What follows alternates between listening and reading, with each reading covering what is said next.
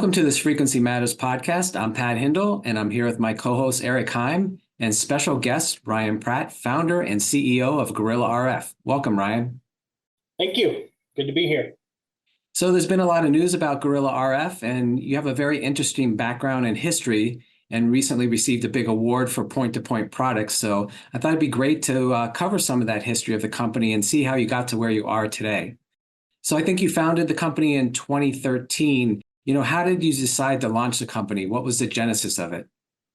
Sure. So, I started off my career at RF Micro Devices. My father, Bill Pratt, co-founded that company back in the early 1990s. I started working there straight out of college in 2000. I started off as an IC designer, working on infrastructure products and then Wi-Fi front-end module products. Worked my way up into technical management. Left RFMD in 2008 to start a new design center for Skyworks. Grew that design center, but along the way, both at RFMD and then at Skyworks, we kept noticing that there were customers coming in with opportunities that needed unique or new products that just weren't getting addressed. Both of those companies at those times and still predominantly currently are focused on handset customers, mobile phones. That's kind of what pays the bills. That's the large volumes they ship are, handset. And so naturally, if there was a customer that was not a handset customer, it was very hard to get resources, to get a designer, to get applications engineering to support the customer. And so over those years in my career, I just saw this opportunity that, hey, there are a lot of customers. There are hundreds, if not thousands of customers that are not handset customers, that are not super high volume. And there's a need there. There's a need for products, for support that just was not being adequately addressed. And so in 2013, I left Skyworks. And that's when, I decided to try out what became Guerrilla RF. This idea of identifying underserved customers and addressing their needs with really good application support and really good products, high performance products that met their needs much better than really just repurposed handset products. Yeah, thanks, Ryan. I think you kind of touched on this next question, but let's dig in perhaps a bit more specifically. Your first products were a P-Amp amplifier and then an LNA. So why did you start with those products and what was unique about their performance? Sure. I started with those products because those were the technologies and products I was just most familiar with. When I started the company, it was just kind of me, myself, and I. I had to do all the IC design. And so as I was just starting the company, coming up with a business plan, at the same time, I was designing some products. And, fortunately for me, I was able to talk with, the folks at Win Semiconductor. They were extremely friendly. They gave me access to, some of their technologies at the time. I was able to get some very reduced costs CAD tools. And so I was able to start working on these designs and really create them as, what I would think of almost as a minimum viable product. If you're familiar with the business canvas approach, one of the first things you need to do if you think you're going to start a company is get a minimum viable product and put it in front of potential customers and make sure that it's interesting to them. Make sure that this is a product they eventually, or hopefully sooner than later, would want to buy.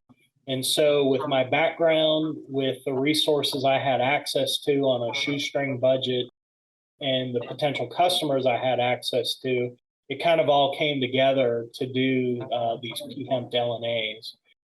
I had designed them before at both RF Micro Devices and at Skyworks. And, it was very different from the things I had worked on in the immediate previous part of my career. So it was good to get back to them. So again, I think it was an area I was good at. It was an area I had access to the technologies and tools, and the initial kind of, beta testing customers had an interest there. So it all kind of came together. So you started off with the products you were most familiar with on the amplifier side, and then you moved to switches, I think, next. How did you do that product roadmap? Were you just kind of filling out the block diagram, or was there a certain direction you were going in? Sure. I mean, a lot of it was just getting those first design wins, interacting with customers, getting, those design wins and getting in with customers and just finding out what other blocks did they need. We did a lot of work with driver amplifiers, gain blocks, power amplifiers, really all kinds of RF power amplifiers.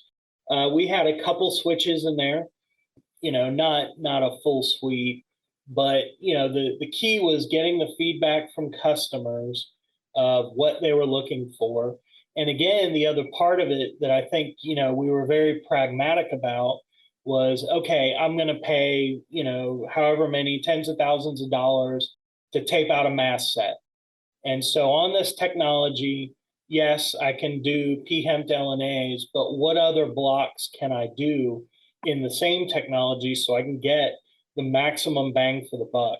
And so, even to this day, when we tape out an engineering mask set, there can be 40, 50, 60 different die on one tape out, representing, anywhere from 5 to 30 different products. So we try to do that to leverage that R&D spend. Mask sets aren't cheap, and you want to get as many different products on one tape out as you can. So that way we could, expand our catalog. That was always the goal. We knew that we never wanted to do custom parts for just one or two customers. We wanted to do general purpose products that would meet the needs of many customers at the same time. And so, in having this focus on expanding our catalog, that's kind of how we came into these other blocks. It was feedback from customers, as well as just pragmatically looking at, okay, what are we taping out on this month, and how many other blocks or RF amplifiers can we get on there to maximize that investment? Yeah, interesting. In both 2020 and 2021, you were named to Inc. magazine's list of the 500 fastest growing companies. What were the major drivers to your market expansion during that period? Sure. Design wins, ramp ups. The nice thing about semiconductors is when you get a design win, they can be tough to win, but they can dramatically change, in a positive way, your revenue. And so I think that's a lot of it. A lot of it was, we were just hitting our stride at that point, getting our first large design win shipped and underway. A key part for us also of that earlier growth was the automotive market. When I started the company, automotive was not even vaguely on the radar. We had no idea we were going to do, products for automotive. It wasn't a market that we thought we could hit well. But as it turned out, we did some infrastructure LNAs, and we had an automotive customer come to us and just say, hey, we need an LNA for satellite radio for SSTARs. Do you guys have anything? And by the way, here's an aggressive cost target. Can you hit it? And so we looked at it, and it turned out one of our infrastructure amplifiers hit the spec perfectly. It also worked out that we had, a pretty good cost structure on that. And so we were able to win that business. And so we told them, hey, we've never done automotive before, and we were fortunate in that they were very friendly and just said, that's okay. We'll help you. Well, matter of fact, while you qualify your products to the automotive standard, we'll take the initial shipments non-qualified, just standard catalog parts. And so they gave us a year to internally invest and develop and come up with all the resources and steps we needed to take to get our first automotive qual done. And so we did that. And what we realized pretty quickly was this wasn't the only customer making antennas for S-Stars. And so we started talking with other customers, manufacturing satellite radio, shark fin antennas, and began to win a lot of business there. And so that's what drove a lot of that late 2018 through 2021 growth was really us just starting to get into that automotive market. Yeah, I know that automotive qualification is tough, so that's a good job to be able to accomplish that. And so by the end of 2021, you became a publicly traded company in the alternative public offering. What made you decide to go public, and how is that different than an IPO? Sure. The main thing that drove that for us was access to capital. We've always been funded by angel investors. We don't have any institutional investors on our cap table, really, maybe just one. And so we wanted to be able to get access to larger amounts of capital. And we felt that remaining private, our options were extremely limited. And we felt that as a public company, we could get access to, again, just a lot more capital. Guerrilla RF has raised, in total, somewhere in that $40 to $50 million range. And that's a lot of money, certainly. But if you compare us to most other semiconductor companies, that's, 1/4 to 1/10 of what most other semiconductor companies end up raising by the time they're public and, profitable and things like that. So, for us, again, it was access to capital. And the way we chose to do it was, as you mentioned, an alternative public offering, or the more technical name is it was a reverse triangular merger. And the difference between that and a normal IPO really is scale. To do a full IPO, company really needs to raise somewhere in the order of 40, 50 or $1 million or more. And we weren't big enough. We weren't big enough to A, know what to do with that kind of money. And B, we weren't big enough to where the market would be willing to put in that level of money. And so the reverse triangular merger, or APO, is just a way for a company to access public markets, but at a much smaller scale than an IPO would afford. Yeah, thanks, Ryan. So this seems to be a common thread in the answers you've given to us so far, but Guerrilla RF seems to target underserved and hopefully lucrative opportunities in the markets you serve. How do you identify those opportunities and then design products that fit into those niches?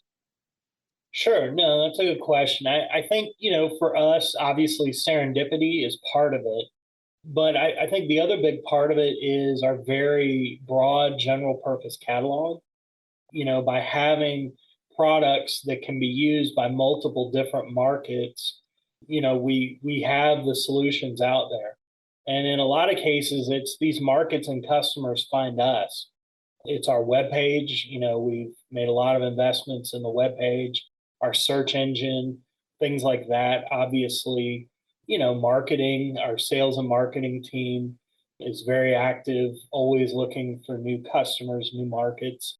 Our distribution partners help a lot as well, where they're able to identify some of these new markets and customers for us and help us get engaged there. But I think a lot of it is just, customers coming to us. Honestly, one of the biggest ways we've been able to identify these markets is when competitors end of life a product. And so we've had that very lately here, where the RFID market, for example, a competitor end of life some power amplifiers that were used very heavily in the RFID reader market. And so when customers, heard about this and were like, we've got to find an alternative solution. It just happened that we were one of the only companies out there that had an appropriate power amplifier that could replace this end of life device. And so over the last year, really 9 months to a year, RFID has just exploded in terms of customer engagement, app support, design wins, things like that. It hasn't really quite led to much revenue yet, but we feel very confident in the next year or two that the revenue will come, from these design wins. So I think, having general purpose catalog parts, I think is a great way. And again, with the sales and distribution channel, and again, competitors.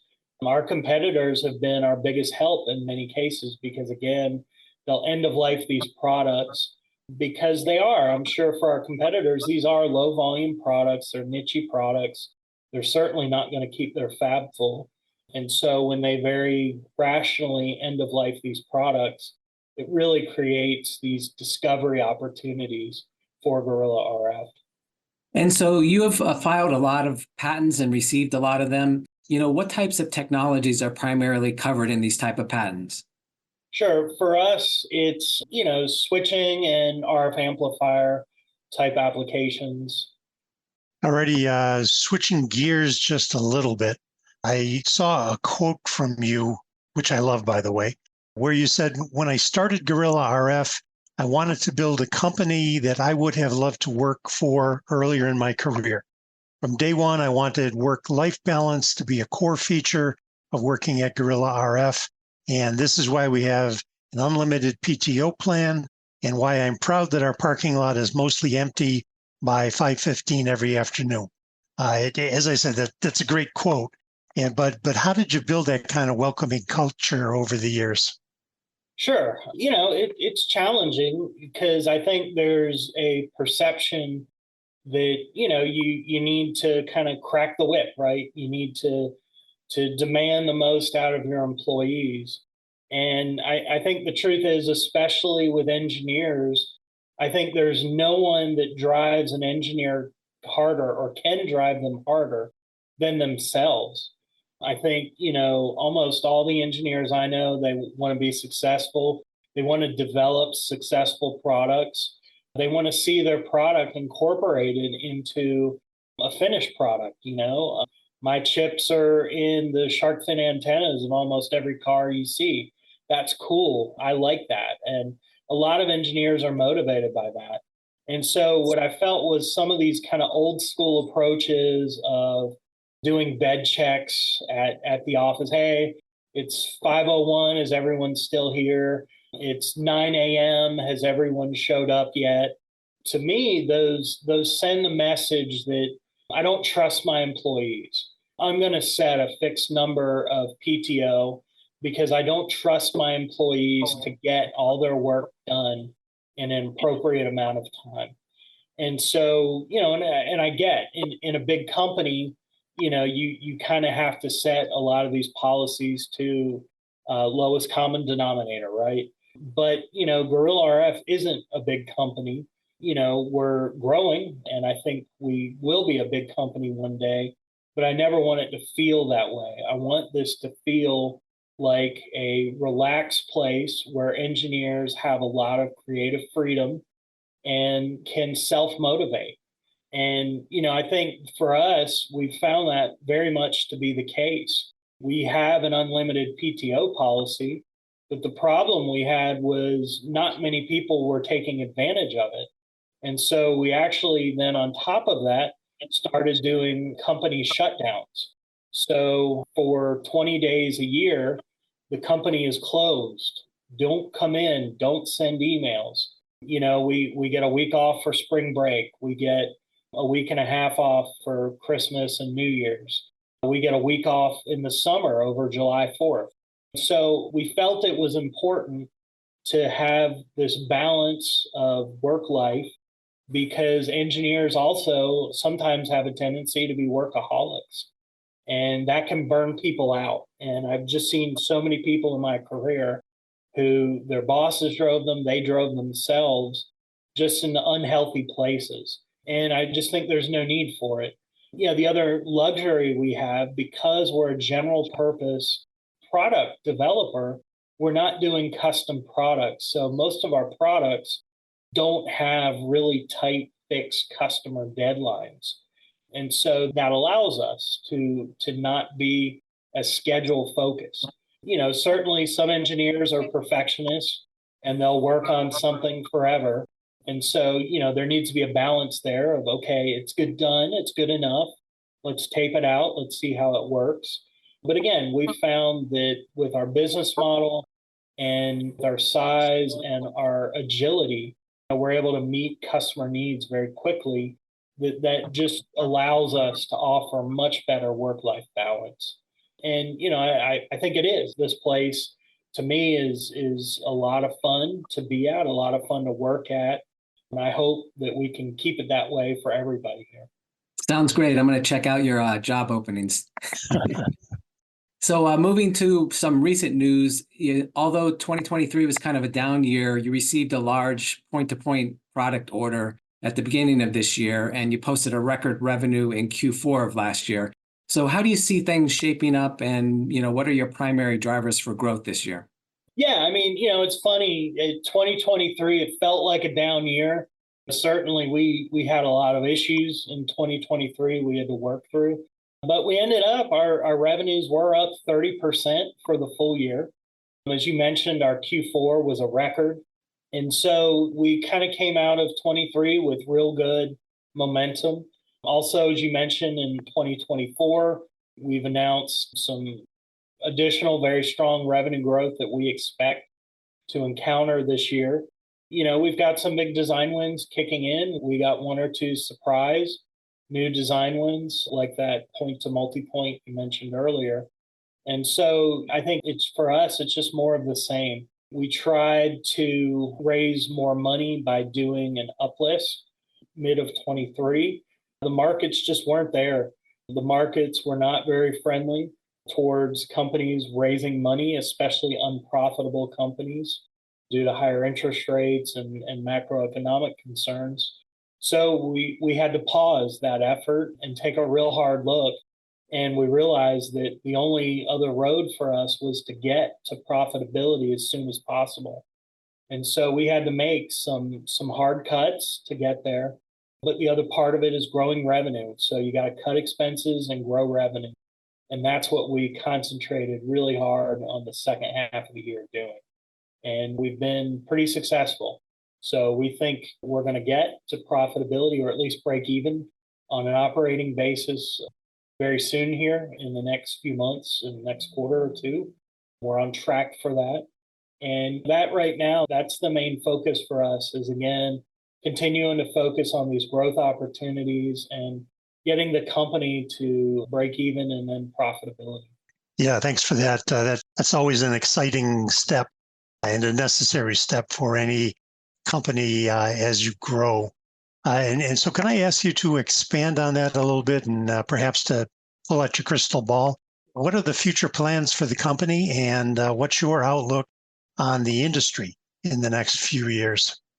Sure. I think, the future plans for Guerrilla RF are just keep growing as fast as we can grow, but now shifting to doing so profitably. We need to get over that final hurdle, get to break even profitability. Once we get there, we're not done. And we're going to continue investing in growth and new product development. And so, I think for us, it's all about growth. Thinking about the industry, I'm obviously very bullish in the wireless industry. RF semiconductors the need is only going up. A lot of people are now excited about AI and the opportunities that brings, especially right now. It's kind of in compute and things like that. But at the end of the day, AI needs to collect and have access to data. And most of that data is coming in wirelessly. You've got wireless Internet of Things, you've got edge compute resources, just all these different megatrends. They all point towards a much larger, much healthier wireless industry. And so I'm very excited about it. I know, one of the things I'm excited about in particular is this trend towards space-based 5G telephony. I think that's really cool. I think it's neat. With the new Apple iPhone, you can get emergency contact via satellites just from your standard iPhone. What is it, 15 or 16? But I think that's going to be coming for more phones. I think there are multiple companies building out satellite constellations that will enable this. And I think in many ways, it's a game changer. Being able to be connected from any place on the face of the earth, I think just there's so many applications that can take advantage of that.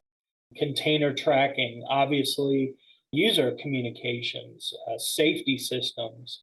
There's just so much there that I think that could enable. In addition, there's still a lot of rural areas that do not have access to internet. And so imagine, being able to have 5G connectivity in the most rural or remote area and not needing to build ugly cell towers everywhere, which of course I would love, but hey, it's not going to happen, right? You can't have this infrastructure built out every single place. So I think there's a lot of exciting megatrends driving the industry. And again, I'm very bullish and very excited by all these new technologies and applications that are coming out. Yeah, I think I would echo your sentiment as well, Ryan. Despite some choppy, turbulent, short-term economic headwinds, I guess there are some really interesting developments going on in the industry. And so we'd like to thank you, Ryan, for talking with us today about Guerrilla RF's interesting history. That's been great. It's very illuminating. And keep up the good work. And we'll see you at IMS in June. And to our audience, you can find more podcasts at podcast.microwavejournal.com. And thanks for listening.